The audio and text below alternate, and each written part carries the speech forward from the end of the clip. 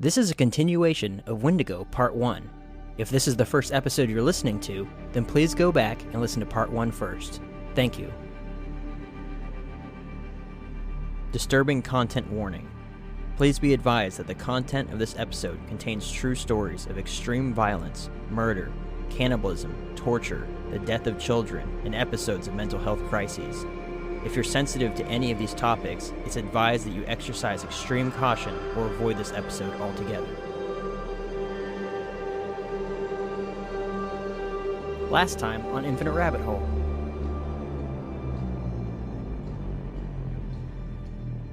Every time we talk about death and stuff, our ratings just spike straight through the roof, and it's like, geez, man, these guys are fucked up. These people are sick. I love it. Wonderful. And the creature's nature is described as one that is cold, evil, and hungry all of the time.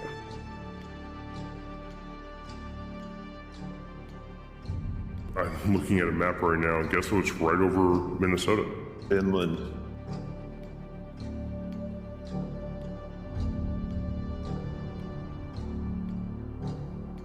A person is gone and cannot come back from transitioning into a Wendigo once they have taken their first bite of human flesh.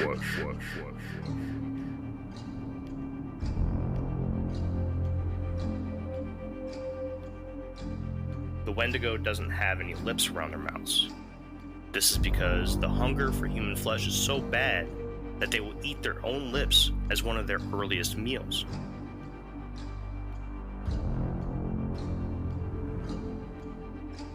When they arrive, you will know by the unmistakable scream that can be heard from miles in every direction.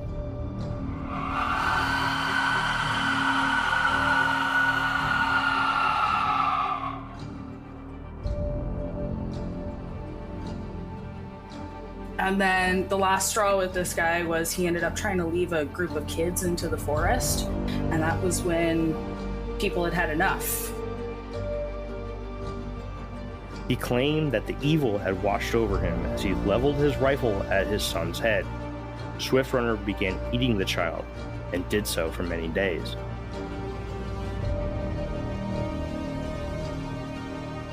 Yeah, he ended up eating his whole family. He led the police to the spot where he was camping out, and they found a whole bunch of bones and whatnot.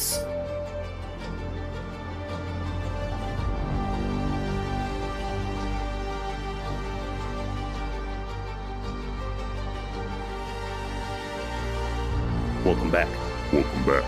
Welcome back. Welcome back. to Infinite Rabbit Hole.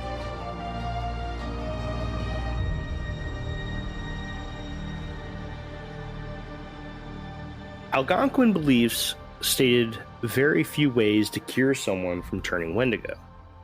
As I stated before, the most common way to combat turning into a Wendigo was to pour hot tallow, often bear fat, down the throat of a person who is thought to be going through the transition.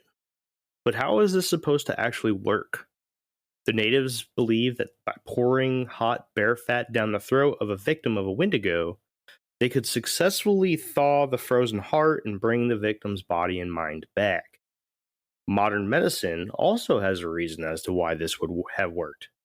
Due to intense starvation caused by delirium, a quick shot of calorie-dense bear fat would give the victim an abundance of much-needed calories and would potentially fend off the delirium symptoms, which in turn would fend off the Wendigo spirit. Another way that is said to cure Wendigo is prayer. Although there are no actual documented cases in which this is said, there are plenty of secondhand stories from natives and pioneers claiming that they witnessed or knew someone who was cured of the Wendigo by prayer. One other somewhat common cure for Wendigo is to force a victim to drink massive amounts of alcohol next to a large fire. The thought behind this cure is similar to the tallow cure, in which the alcohol would be consumed in large amounts and would cause the body to sweat. The fire would provide heat from the outside of the body, and the thought that the two combining to thaw the freezing body from both outside and inside would thaw the heart and cure Wendigo. Another way of curing the Wendigo was to trick it into thinking that it would not be successful in the act of eating human flesh.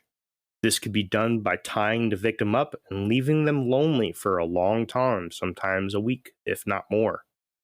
When being checked on by shamans, they would be offered normal food and a reminder that if they were to turn Wendigo, that they would stay tied up and locked away until they starved to death. After a few rounds of this, the victim would eventually either die of cold and or starvation or given to the shaman's offer of normal food, which, like the tallow cure, would give the victim much needed calories and would cure the delirium and in turn would kill Wendigo. Another way a shaman would often combat a person turning Wendigo was to physically abuse the victim. Now, I'll tell you a little bit about something that Kenzar will talk about a little bit later, but Jack Fiddler, a well-known chief and shaman, is said to have taken one man who was extremely close to completing the transition and whipped him until the spirit was gone and the threat of the Wendigo was no longer in the man. With all of these different ways to cure Wendigo, the one thing they all had in common was that in order for them to be successful, they needed to happen before the transformation was complete. Once the victim turned Wendigo, there was no turning back. The only option to rid your tribe or village of the Wendigo was to kill it.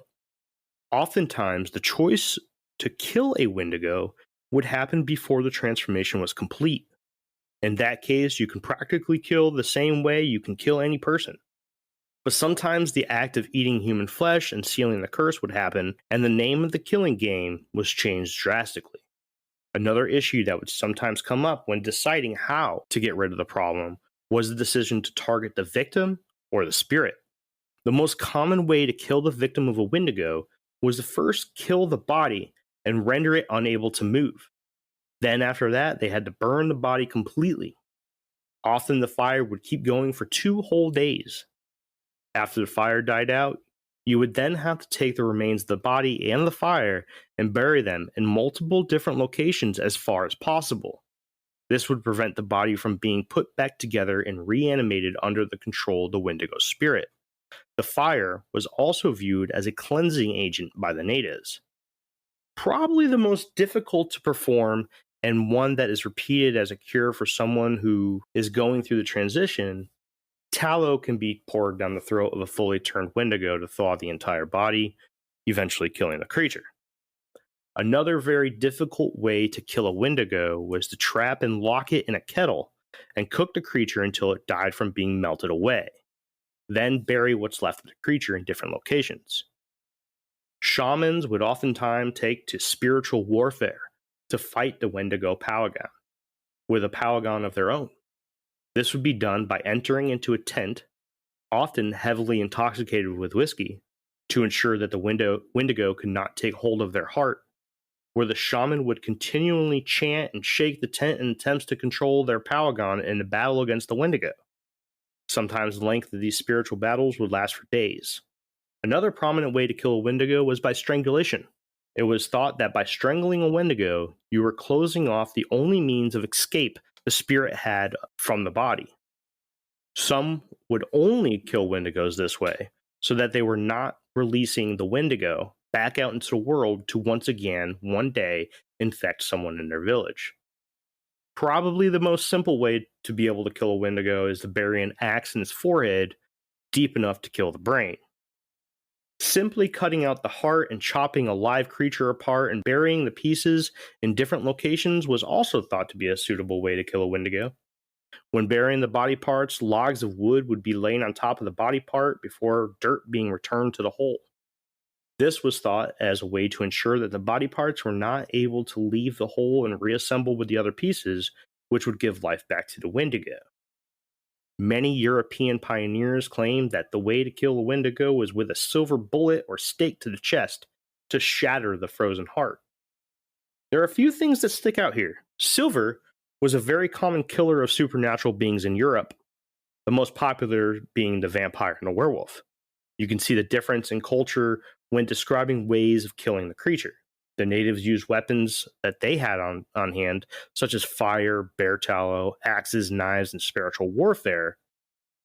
The pioneers, on the other hand, used what was given to them with their own superstitions as the primary way to kill an unknown power. So what do you guys think? Killing or curing a Wendigo? I don't know about that one. I was reading a lot of accounts that it's, if you do manage to catch one, good luck even trying to get it apart. So they do say that a lot of times only the elders, which were, in the Algonquin culture, the elders of the tribes were the most powerful.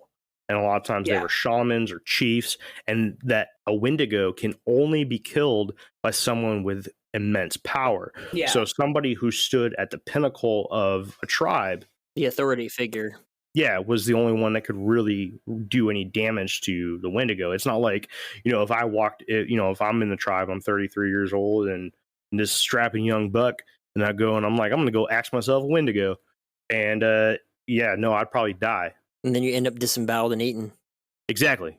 Yep. Yep. Mm-hmm. You'd be poop. Or poop. Yeah.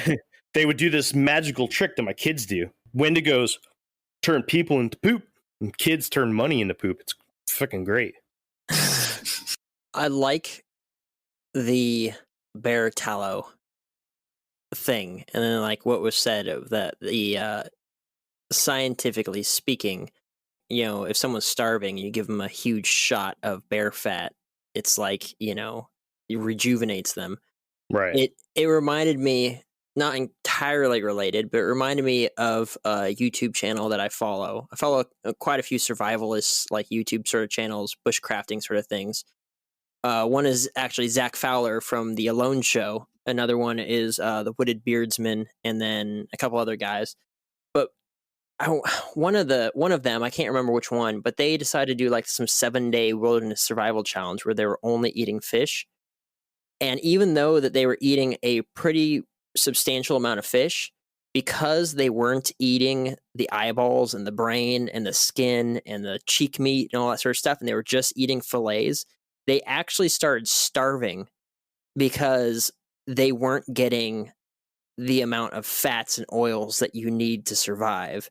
Let alone, it's hard enough, most people, in situations where they're not eating the same amount of sugar, and you'll start getting headaches, because your body's withdrawing from it in the same way you would withdraw from a drug, or, carbs and all that sort of stuff. But if you're not getting fats, you can starve even if you're eating meat all the time. And what these guys were doing, they would literally just be chewing the same piece of fish in their mouth just for minutes and minutes and minutes. And they're like, I can't swallow it. Like my brain is saying, I don't want this anymore, because it wanted fat. And then the next time they did it, they ate all that stuff, the skin that has very important oils in it, the eyeballs, the brain, all that stuff, because of the fats that are in it. And they were totally fine. And so it like that totally registered with me that would in fact work, because people do that, and you'll see that in the Alone Show too. They'll survive for so long, and it gets to a point with a lot of people where they're out of food, and literally all that they'll talk about is just like, oh my gosh, I just want a big giant piece of fat. And then they'll eat it and they'll be like, oh, it's like butter. It's so good. And it's just like, when we cut the gristle off of a steak, they're just like, oh my gosh, this is the best thing ever. It's because your body will crave that, because it's filled with so many nutrients that you're deficient in. Mm-hmm. And so that totally makes sense to me. Now, boiling bear tallow, I would hope that if this was a practice that was used on people if they're crazy and their body's eating itself and their minds and their brains boiling because they're not getting the nutrients they need and they're going insane, if this was a practice that was actually used on people, I would hope that it wasn't actually boiling bear tallow, because it was. I think that would cause some other issues too. It may snap their mind out of it, but then you're burning the inside of someone's body, which warm, okay. In this book I was reading, right? Yeah. They would say that it was oftentimes that immediately after pouring the boiling tallow down their throat, their body would collapse and fall asleep for almost a day or two. Oh, no way. where the natives were thinking the way that they translated this was that the spirit of the man was fighting the spirit of the Wendigo, and the bear tallow was helping it. It was a weapon. But actually what was happening, we look at modern medicine and stuff now, they're in shock. Yeah. Like they knocked the fuck out from the pain. They just got secondary burns in their throat and their esophagus. Oh, yeah, dude. Yeah. Ouch. Oh my goodness. See, yeah, and that's where it comes into the thankfulness that we have for modern medicine and all sorts of stuff, because, even though introducing fat into someone's starving body might be the best way to zonk them out of like that sort of a predicament, not doing some medieval type torture where they're just like, if you ever look into how they treated women of hysteria because, they weren't getting their needs met with their husbands and stuff. And they were just like, these women are crazy. And they're just like, they must be possessed. And, they're just like the way that people cured diseases and all that stuff. There was some good stuff. And sometimes they'd make them drink mercury. So it's just like, it's like they had the right idea. Certainly, whether they knew it or not, of course, they're just like, oh, this will warm up their internal, temperature and thaw out their heart or whatever. There's the lore and the legend mixed in with an actual good practice to do, but it was just that bums me out, man. It's like, so not only are they suffering mentally and physically because of this predicament that they're in, but then also they might die regardless because of this cure for it, or this we're gonna kill the Wendigo spirit inside of you type stuff. But it sounds like, honestly, like a lot of what you were describing, like the strangulation, all that stuff, it sounds like regardless, they're like, we have to kill the Wendigo spirit, so they just killed the person. Yeah, a lot of times they did. I mean, I don't know how you could really come back from something like that, if you people like that are recoverable. But it really, it just sounds like they're just like, we have to get rid of it. And so we chop these people up and burn them and strangle them so the spirit can't get out. Right. Man, it's rough. Most of the time, if somebody was turning Wendigo, or in their minds they were turning Wendigo, they would request to be killed. They did it as a way to protect their loved ones, or they've already done horrible things. Oftentimes these tribes wouldn't allow somebody with symptoms to even get to the point where they would eat a human. And oftentimes, like, if somebody was really going nuts, they had the idea that the Wendigo tricked them in their mind to eating imaginary human flesh in a dream. Right. It's a Kenzar, you did a great job. This was a super awesome topic to go over. Dark as shit. Oh, so yeah. Our listeners are going to love this. They were like, yes, talk about it. I hope so. More death. So I still have a little bit more until we just open it up and let Kenzar take the reins and let us know some of her stories. Yeah, I got a couple cool ones, I think. The modern Wendigo. Here it is, Jake. Here it is, Jake. You ready? Cue the death metal. You'll get that reference soon, Kenzar, in an episode coming up soon. It's out. Oh, wait, it's out. Yeah, it's the one that just came out yesterday. I have not listened to that one yet. I haven't had a chance. Oh, you get to meet Jeff. Yeah, I haven't listened to the most recent one or met Jeff yet. New guy, Jeff. We recorded an episode on Atlantis yesterday, and it was Jeff's choice, and he knocked it out of the park. He did really good. That was crazy. Atlantis is cool. Yeah. All right, so the legend of the Wendigo has changed quite a bit since the original tellings and has been taken up as a completely different animal to some people.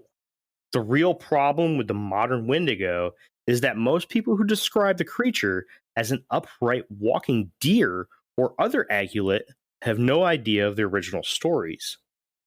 But like many other things in the world, this is what the modern Wendigo is.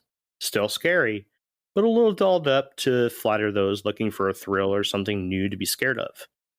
I have even seen on plenty cryptozoology websites and Facebook pages people claiming artwork, encounters, and or descriptions matching this new modern Wendigo in places like North Carolina, Georgia, Alabama, New Mexico, Oregon, and a plethora of other places. As I laid out in this episode, this is not true. If they are seeing something that matches their description of the Wendigo, then it is something else. But stranger yet, is how a spirit is showing up on cryptozoology pages and books when there's nothing zoological about this legend. For those cryptozoologists, quote unquote, out there, I just want to lay a friendly reminder that the word cryptozoology is created by the mashing of two words, crypto, meaning secret, and zoology, which is the scientific study of behavior, physiology, classification, and distribution of animals. Put that together, we have cryptozoology, the study of behaviors, physiology, classification, and distribution of hidden animals, not spirits, legends, or lore, no matter where they come from. The modern Wendigo with antlers on top of its head, hooves for feet, and bare bones looks more like a zombified version of Cernunnos, the Gaelic god of beasts and wild places, instead of a frozen and lifeless human body. There are, however, many different upright walking deer-like creatures that do fit into the world of cryptozoology. Deerman is a name given to many creatures around North America and is said to look similar to the modern description of the Wendigo, but doesn't have the torn flesh and zombie-like look. The most famous Deerman cases are from Illinois, Ohio, Oklahoma, Delaware, and in a few states along the Appalachian mountain range. Jake, do you want to tell them where they can hear a story of a Deerman? In Finland. No, Randall's story. Oh yeah, in the Appalachian Tales. Appalachian Tales. That's right. Yeah. In Finland. In our first season, we sat down with a man by the name I of almost Randall. said Shenandoah. I don't know why that came out. A little north. We sat down with Randall and talked to him about a lot of his encounters in his hometown in North Carolina along the Appalachian Mountains. It had breasts. It had did. one breast. It had one breast. One singular breast. But he did lay out a story where he saw a creature with a person's body with a deer head with antlers and everything. So if anybody's interested in that, please check it out. What I just said there was definitely a shout out to one particular person who I had a very petty and public argument, but I put him in his place and he quit that Facebook page. I won. fucking champ. But yeah, that's what that was. If that person's still listening to the podcast, I doubt it. Anyways, I'm going to go ahead and finish up here with, of course, I cannot do an episode without mentioning Bigfoot. The Bigfoot. Some believe that the physical sightings of the Wendigo are cases of mistaken identity, and they are in fact Sasquatches instead. In fact, to some native groups, the name for a Bigfoot-like creature is the Weteko. It is thought that these versions of Wendigo/Bigfoot creatures are strictly carnivores and are very dangerous. This version shares the constant hunger aspect of Wendigo with the spiritual version, as it is always hungry and can never fulfill the hunger. The version of Bigfoot is outlined as the 5th type of Bigfoot in the 10 different types of Bigfoot list that we highlighted in the first episode of this season, being season 4. And it even shares a territory with a spiritual or more traditional Wendigo that we talked about earlier in this episode. Other names for these are the Janoska or the Stonecoats. They get the name Stonecoat, get this, is going to sound familiar, because they were known to cover themselves in tree sap and roll around in gravel, dirt, and sand. Nice. Just like the Wendigo earlier. Creating an armor of sorts when dried that pretty much stayed permanently on their bodies. They are also thought to be one of the more intelligent versions of Sasquatch, and they grow to be very, very big. The average height reported is around 8 to 10 feet, and they are also known to travel in 1s or 2s and have a nasty habit of stealing and raiding camps without worry of stealthiness. So they're very, very like, I don't give a fuck if you see me, dude. I'm a big-ass fucking Sasquatch, so go fuck yourself. I actually came across a story where somebody ran into 2 of what they claim to be Wendigos, and listening to what you just said about them pairing up makes so much sense to that story now. Basically, the guy he saw 2 Wendigos and immediately was like, let's get the fuck out of here, and effed out. But yeah, said there was definitely 2 of them, and he felt like they were trying to lure them around. So yeah, they got out of there. thankfully, but that makes a lot of sense. Hey everybody, bear with us while we take this quick break. I'm done with my soapbox. I got through my entire 18 something stupid pages of notes, and I completely took the spotlight away from Kenzar. All good. It is now yours, Kenzar. Let's go over some stories that you got. I have one that I thought was kind of cool, just because of my relation to the area that it's from. Cool. There was a guy, his name is Vincent Lee, back in 2008. He ended up immigrating into Canada in 2006, I believe I saw. And then in 2008, he murdered a man named Tim McLean, and they were on a Greyhound bus on their way into Winnipeg, Manitoba. Yes. Yeah. Good, I'm sorry. The local Indigenous people around there believe that he could be a Wendigo. He was released in 2017, I believe, and there was huge debate. What he did is on the Greyhound bus into Winnipeg is he murdered Tim McLean and started ripping cutting his body parts off and eating the flesh, and he cut the head off and scared a whole bunch of people. There was a whole ordeal about it. He did get arrested, went to jail for it, was released in 2017. He's on some hefty meds, and what I was reading is he knows he needs to stay on his medication, but people are very concerned about him not staying on his medication, and It's a good concern. Oh, I would definitely be concerned. Even I read somewhere, I don't know how true this one is, but I read that his mother even said, don't let him out. Like, Yeah. he needs supervision, like 24/7. He needs his medication. If he doesn't have supervision, there's a very good chance he's not going to take his meds. It just happened to him, though? It wasn't some, like, underlying issue he already had? Like, this just happened? He ended up getting off on, I think, mental health issues or something, so he ended up going to a mental health institute instead of going to jail. I don't have any notes on it or anything. It was something that I very quickly read into because I found it last minute before this started, but I thought it was kind of cool because he was jumping back and forth between Winnipeg and Edmonton, Alberta. Winnipeg, Manitoba, and Edmonton, Alberta, jumping back and forth between the two for jobs and whatnot. Everybody said he was a very violent person. I believe I read somewhere he drank quite a bit. Don't quote me on that one, anybody. But yeah, he was just a very violent person.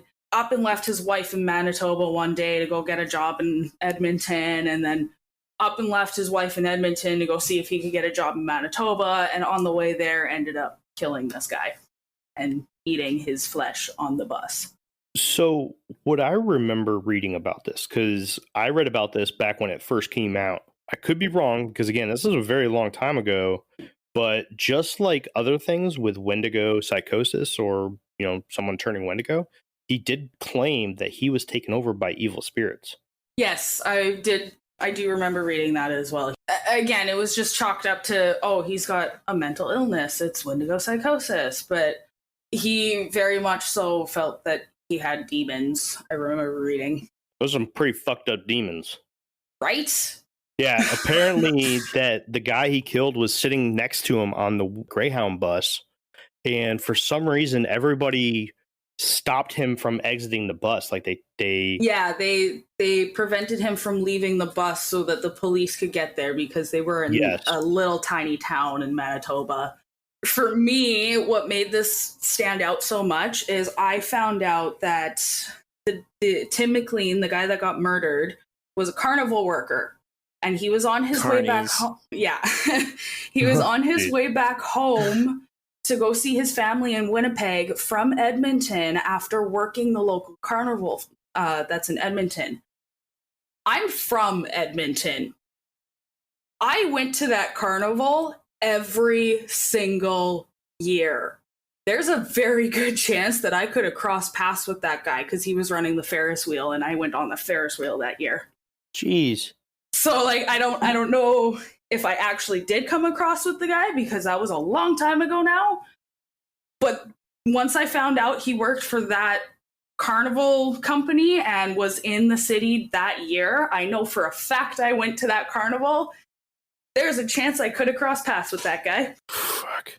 It gave me chills. Imagine all the people that were getting on that Ferris wheel where he was just like, he could have potentially been like, I'm going to eat this motherfucker. It's like, damn. Yeah. That's actually how I found the story, is somebody, I came across a comment somewhere about it that somebody crossed paths with Tim McLean the day before he was murdered. But they let the guy go. Yeah. That's crazy to me. Yeah. That's crazy. He changed his name and everything. I can't remember what the hell he changed it to, but like, I don't blame the guy for changing his name at all. But what was his name? Vincent Lee. Vincent Lee. So he probably changed it to not Vincent Lee. It's I think it's like Will something or other now. It's a very basic name. John Smith. Yeah. What you talking about? John Smith, dude. Yeah. So I remember something else about that too, where apparently they had tracked down like a newspaper in his house or his home that had an article on the Wendigo, and that he had like this crazy idea of eating people pop up from the article he read. Was that part of something that you I read? did not come across that. No. That's interesting. No, I did not come across that at all. Yeah, that would be a major psychology thing. Oh yeah. That would be interesting. Now I kind of want to look that up again because I haven't seen that in a long time. Again, for me, it was a very quick research thing. I found it maybe like an hour or so before we started recording here, but very, very quick research thing that I came across, and it caught my attention because it was Edmonton, and I'm from Edmonton, and then again, I found out he was a carny, and I could have crossed paths with the guy, which gave me, honest to God, gave me chills. That would give me chills. Could you imagine, like, being somebody who went on that Ferris wheel, you know, being creeped out by some dude who was like, hey girl, you look like a snack, and you like realizing that and realizing who it was, and like he wasn't like trying to hit on you, he was like literally telling you like, he's like, dang girl, nice ribs. No, the guy that got murdered was the carny. Yeah. The guy that got murdered was the carny. Vincent Lee was an immigrant from China. He immigrated in 2006. Oh, see, I'm sitting here thinking what's the yeah. the dude No. The carny was the guy that got murdered. I was like, dang, that's crazy. Oh, okay. Well, that's not nearly as bad. Oh man, if it was the dude who went cannibal, that would have been crazy. Yeah. That would have been nuts. That would be a whole other story. That completely different story, but I want to dig into this because I'm just concerned that they let the guy go with the promise, be like, now you're going to take your meds, right? And he's like, yeah, I promise. And they're like, okay, well, don't need anyone. Again, that was an art, like, again, he was released in 2017. And at the time, they said they were going to keep him under supervision. I couldn't find anything more about the guy. Again, quick research, but I couldn't find anything more about the guy past 2017. So I'm assuming he's behaved and stayed under the radar since, but... Just eating people under the radar. Yeah. How about this idea? How about we put it out to the fans, since we have a special co-host today? Find him. Right? Bring him to the show. If you want to hear us do a deep dive into this particular story, because I'm sure there's a lot there. We could probably get a whole episode out of this. At least conversation-wise, right? Oh, yeah.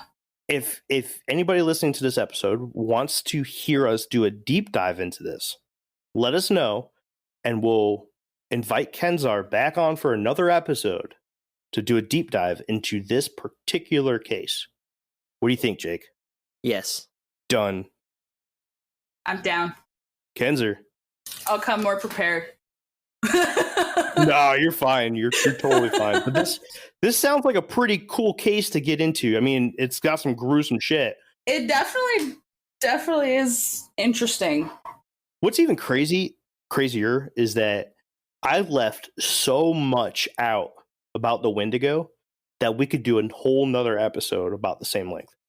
Like I literally, Oh, yeah. There's so much more. Like I mentioned shapeshifting. We didn't even get into calling people into the woods or, what was it? The fiddler, Jack Fiddler, Jack right? Fiddler. We didn't talk about him. We didn't get into that. There's so many things, dude. That Wendigo Lake. Yeah. That is a creepy place. There's a lot more. Well, of course it's creepy. They named it after a cannibalizing spirit. Oh, dude, let me tell you, it's nuts. I kind of want to go there and investigate. Let's go tomorrow. I'll just UA. Yeah. If anybody wants to know a little bit more about Wendigos, there's enough information out there for us to do another one of these and have fresh information the entire time. Man, I really want to get that guy on. I went to school with a guy when I was getting ready to move to California, that his dad, he's from Minnesota, and his dad and his entire like logging crew saw a Wendigo like running through the woods, and it was exactly how everyone describes it. They said it was like super tall, it had a deer head, and it had long spindly like legs, and it was running on its legs like, you know, like a human, crashing through the woods.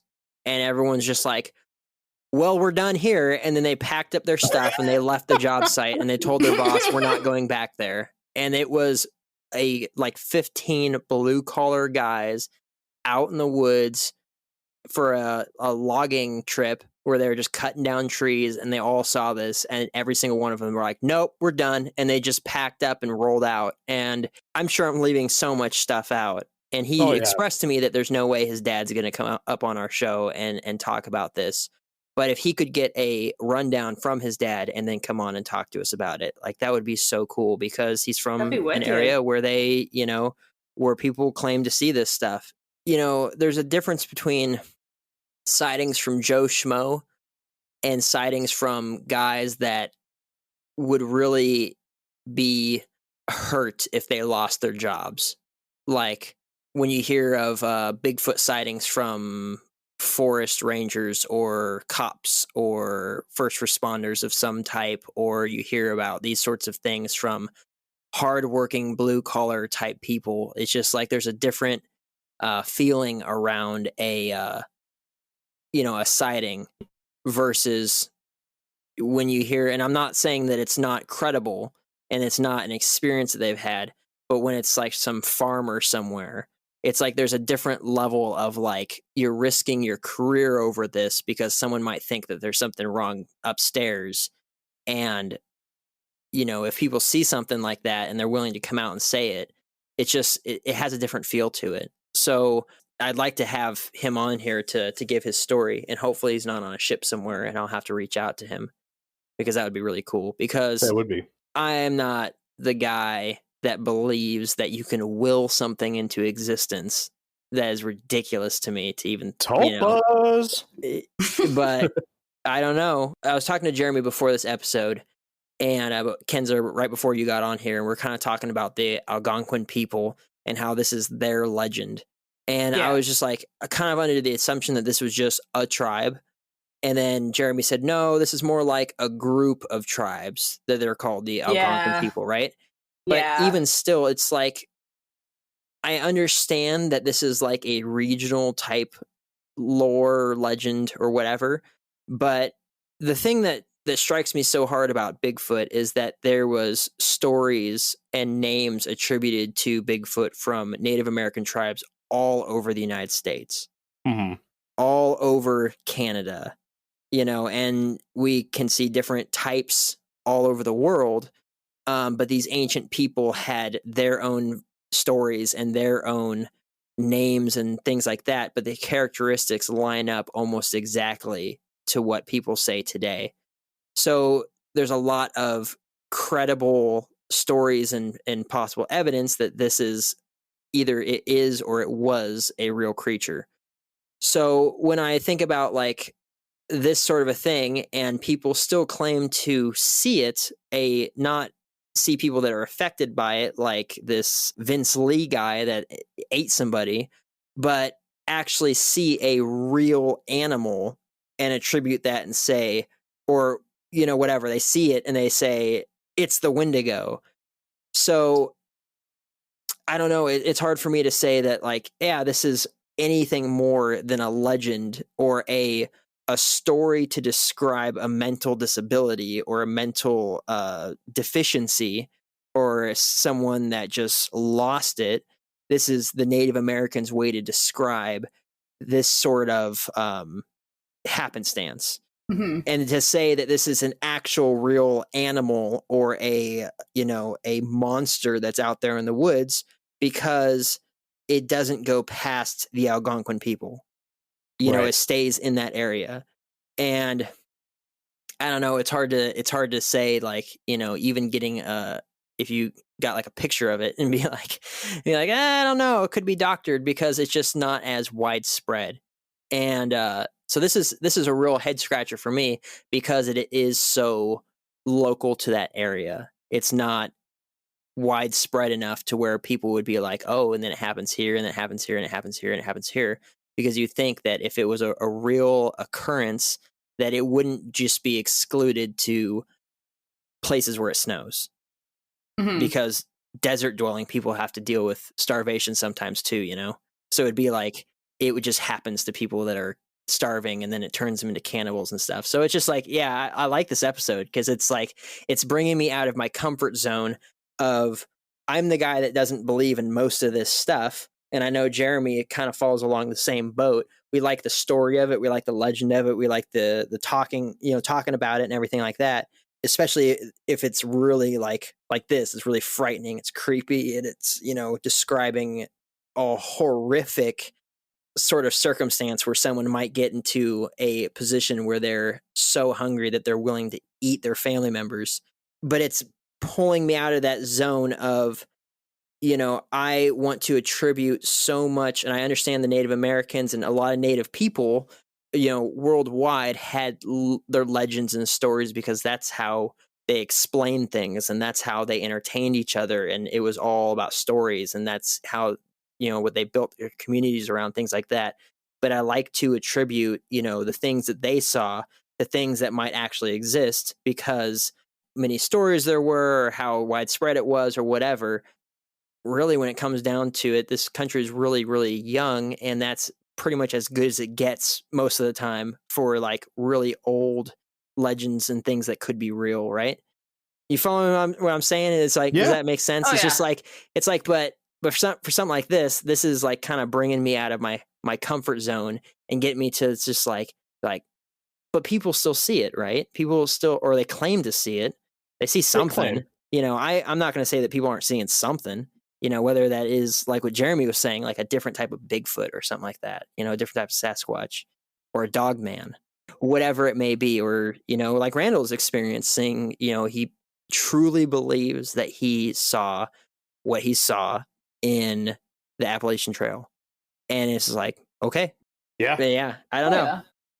It's mind-boggling to me, but I'm enjoying this. I love this sort of stuff. This is really cool. And I'm sure the fans are going to love it too because a lot of people died in all these stories. I absolutely loved doing the research on this topic. The book I got for this was the exact book I needed. It was perfect. It's called Wendigo Lore by Chad Lewis and Kevin Lee Nelson. If anybody wants to get that book, it's fucking awesome. And it doesn't skip any details. It's just, I can't put it on a high enough of a pedestal. If you love the Wendigo lore, buy the book. It's awesome. You'll love it. I actually heard a term in the book that I thought was very, very interesting, and it describes exactly my love for this stuff. Which is Folklore archaeologist. oh, I love that term because that is what I love. I love I do love cryptids, right? mhm. But I really love the act of digging deep into the nooks and crannies of books, libraries, websites, magazines, newspapers, old stuff to really find the beginnings and all the details that have been lost in time to bring it in onto the infinite rabbit hole. And that is, I think I'm going to adopt that, man. That is something that I really like. If I could describe myself, it would be A folklore archaeologist. Oh, That's dude, it is awesome. I like it. freaking sweet. Love it. This episode quenched that thirst for a really, really good piece of folklore. This was fucking great. Super awesome episode. Kenzar picked a super awesome topic. Wendigo wasn't With even... your help. Well, I mean, I created a list of Canadian cryptids, you know, but it was you that picked you wanted to do a cryptid and you wanted to stay Canadian. And I guess I nudged you in the direction, but you ultimately picked the topic. And honestly, Wendigo was something we were going to do eventually, but it wasn't even on the list to do in the next season. And then your email came along, and sure enough, sooner rather than later, Wendigo was now almost all the way to the top of the list, getting done as soon as possible so we can make our one fan in the entire world happy. And and it was an awesome experience. I got a lot of research to do for some upcoming episodes, but the time I spent on this was not thrown away, because now the Wendigo is one of my favorite pieces of lore because it makes sense. It really, really does. Again, I don't necessarily believe in... You know what? We'll just do my final thoughts real quick, and then we'll run through everyone's final thoughts. I don't necessarily believe that people are seeing Wendigos. I could be wrong. You know, I don't want to step on anybody's toes there. This is just my beliefs. I think that there are a lot of other cryptids or a lot of other creatures that match the descriptions that people are giving out. Bigfoot, deer man, even the Lookaroos, dog man, The rake, skinwalkers. Exactly. All kinds of stuff that could be potentially what people are seeing. Or even things like grizzly bears or deer themselves. You never know. There's a lot of stuff. And when you create a hunger, or you're in a situation where you're living out in the middle of nowhere in times of no technology or anything, and you're suffering from seasonal whatever it was, disorder, right? Seasonal allergies, yeah. Seasonal allergies. When you're suffering from seasonal allergies in the winter, you could be seeing something and not really translating it correctly. Think of it like this: if they go crazy enough to want to crave human flesh, why is it such a shot in the dark to think that they could potentially be seeing something that they're not actually seeing? Now, as for modern sightings, I think that it is a case of mistaken identity. Could it be a cryptid? Yes. Could it be a well-known zoological animal that we know now that's completely categorized well? Yes, I do think so. But I love this lore. I love the story of the Wendigo. Everything makes sense. It's got a folklore version why it makes sense, and it's got a medical and scientific version why it makes sense. And I think that the two worlds collide so well on the story of the Wendigo that this has quickly jumped up my list of favorite things that I've ever learned about in the world of folklore and cryptozoology. And I can't see it being knocked out for quite a while, if ever, honestly. And that's it. Who's next? Someone say stuff. My final thoughts. I agree that I think it's kind of mistaken identity. If you're in the right region, maybe you're seeing the Wendigo and what you're saying you're seeing. But a lot of the accounts that I was coming across and video footage of whatever, I definitely think it's mistaken identity of something.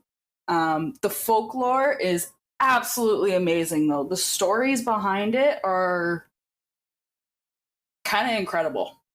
They're scary and they're horrific, but they're incredible. And I enjoy that as well. That I very much so agree. That's the folklore is intriguing. I agree. But does a Wendigo necessarily exist? I don't think so. I think we're seeing something else. Couldn't agree with you more. What do you think, Jake? I think that I agree with both of you, right? That it's mistaken identity, whatever it may be. And I think that it's a legend from native people to describe a issue that was going on or did happen occasionally, and they described it in the same way they described everything else. And it was with stories, and then they became legends, and maybe they were embellished a little bit. It sucks to hear that, that they actually did practice, their ancient techniques of ridding it by killing a bunch of people and by torturing them by pouring liquefied fat down their throats and stuff. I know I use hysteria, but I mean, another great example is how we used to treat, mentally ill people back in, even like the early 1900s. I mean, we'd electrocute them and we'd pour them, we'd put them in ice water and all kinds of stuff. Like it was crazy. It's just like, gotta get the demons out of them. But you know what? This movie or this thing is making me want to watch the movie The Ritual. That's a good movie, but that's not. That's I know it's not the same thing, but it's just it's like, gosh, great movie. Yeah, but yeah, I think it's mistaken identity. I think people are seeing something for sure. It's hard to chalk up every single time someone sees something and say, "Oh, it's just the shadows in the woods," and be like, "No." I don't believe that. I think that there are probably some undiscovered animals or, beings that are out there that we haven't seen before. And on the other side of it, I'm a Christian guy and I believe in demons. So, I mean, just like, yeah, why not? But, yeah, I don't know. I really like this episode. I thought that it was really cool. There was a lot more here than I thought there was going to be, but also doing the research that I did, it was a lot different than I had always believed Wendigos were. I always thought that it was just like another type of deer person or something like that. The second that I started researching it, and it was like, oh, a whole bunch of death and cannibalism. Interesting.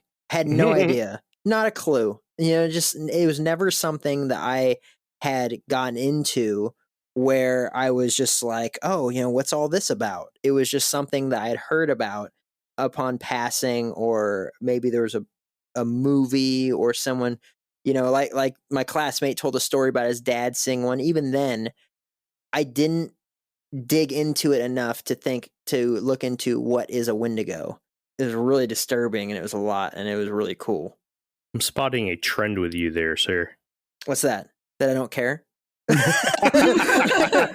Bingo. No, that we do these topics, especially when it comes to cryptids and folklore. This was something I was excited to do with Jake at the beginning, Kenzar, because he didn't believe in any of this stuff. He didn't know any of it, and you've heard our let us introduce our episode, right? Ourselves, the very first one. It literally happened just like that. Jake and I were playing video games. He asked me what my screen name was, Woodburger. Oh, you don't believe in that shit? Or however he said it. He always says that. I never said that. Whatever. I said, oh, you're one of those losers? No, I'm just kidding. He was probably right. I probably said something along those lines. Be like, really? I just love that every time we do another piece of folklore or cryptids, Jake says, I didn't know there was that much there. Yep. And I didn't know. I thought it was just a deer man. I love that. I love that because I'm hoping that's what people get when they listen to the episodes. I want someone to listen to this and say, wow, I didn't know that. That's why I'm so detailed in my research, because I've told, especially CJ, I love CJ, but he was really big on keeping it at an hour tight, right? But I was like, no, we're not leaving any detail out ever, CJ. Fuck you. And he was like, well, then I quit. And I'm like, all right. Yeah. And I hope that, I hope that you too, Kenzar, came into this episode and learned a little bit, or that I provided something that you didn't know. Oh, heck yeah. I had lots of fun doing this, and I definitely learned something out of it, for sure. That's awesome. I know I talked a lot, like I always do, so I hope I didn't take the spotlight away from you too much. This was your episode, and I hope that you enjoyed yourself. I know I enjoyed having you on. I can't speak for Jake, but I'm pretty sure he did too. Yes. Kenzar, would you like to come back I know we were just talking about it, doing like a part 2 of this, but would you be interested in coming back and, I don't know, doing another cryptid or a legend or something like that? I mean, so Jeremy did this thing where he made this gigantic list of stuff that's on our share drive, where if we're ever in a spot where we're like, God, we don't know what to talk about or what we want to do, we can always like look and be like, well, here's a list of things that interest him and like legends and things like that and cryptids and everything that we could do a deep dive in. So if we're ever like in a position where we have like a writer's block or a brain fart, we could just look at the list and be like, oh, that's it. But but we would like you to come back. I mean, this was a lot of fun, right? But we have a, you know, a kind of a setup list of things we want to do for this episode. We've kind of just decided amongst ourselves. I'm going to be doing the Fresno Nightcrawler here this next episode because I'm from Fresno, California.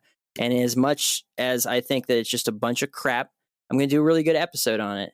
And yeah, you are. And I'm going to be at the very end of it. I'm going to be like, wow, I knew there wasn't a lot and there sure wasn't. But would that be something that you'd be interested in to come back and join us either on this season or next season or something like that when you get a chance? Because I really enjoyed having you on here. I know Jeremy did. I know if Jeff was here that he would enjoy it too. But I'd like to keep this whole thing going. You know, there is something to be said about, you know, a fan reaching out to us for the first time to be on an episode with us.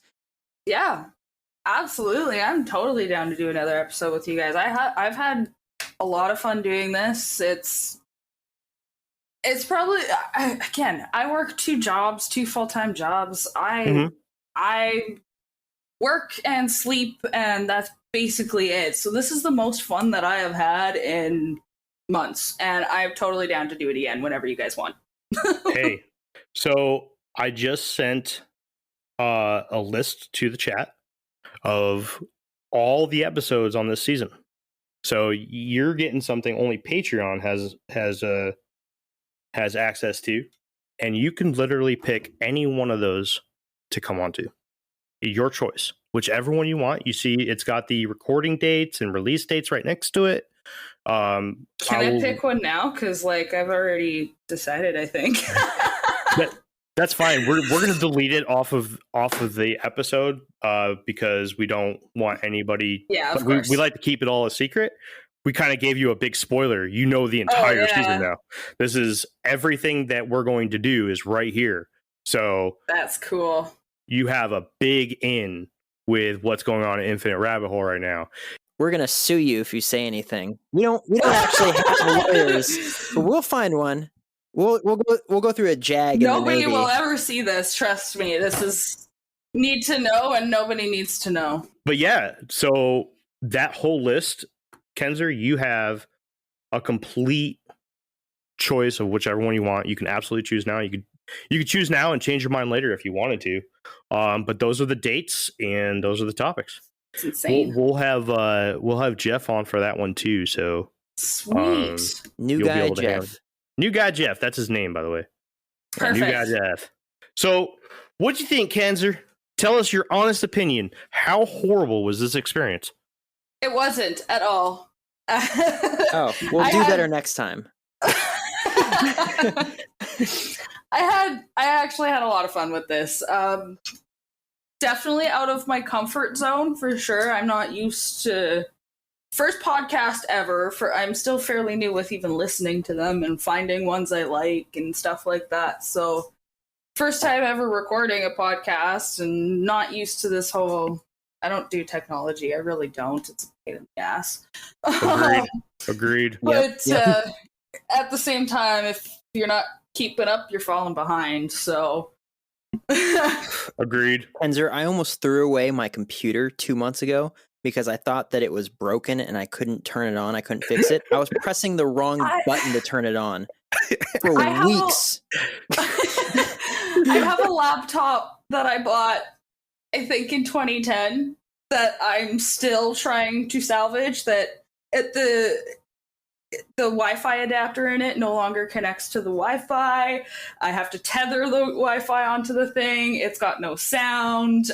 There's pixels in the screen are screwed. Like, I'm really trying not to buy a new laptop. I'm just gonna say, if it's from 2010, you'd spend less money buying a new laptop than repairing one from 2010, hands down. Oh, 100%, but I refuse to repair it either. So I don't use it ever. So that's why I've hung on to it for so long. I have a 2010 Toshiba right here that I'm resting my foot on that hasn't turned on in a year. It's just, I don't want to lose the data on it, you know? Yeah. So it's a footstool. Yeah. Yeah. Hey, if it works, right? Yeah. It does something. Well, we're going to go ahead and start closing out. Kenzar, thank you so much for coming on. This was a blast. This was everything I wanted it to be, to having our first fan on as a co-host. It was a really special episode to record. This is not only special to Jake and I, but historical for Infinite Rabbit Hole. So whenever we're like super big and super famous as like the #1 podcast in the world and promoting world peace everywhere, it's going to be like one of those trivia night questions in your local bar. Like, what was the first guest co-host that Infinite Rabbit Hole ever had on their podcast? And it's going to be Kenzar. So, I just want to say thank you for making our history that much better.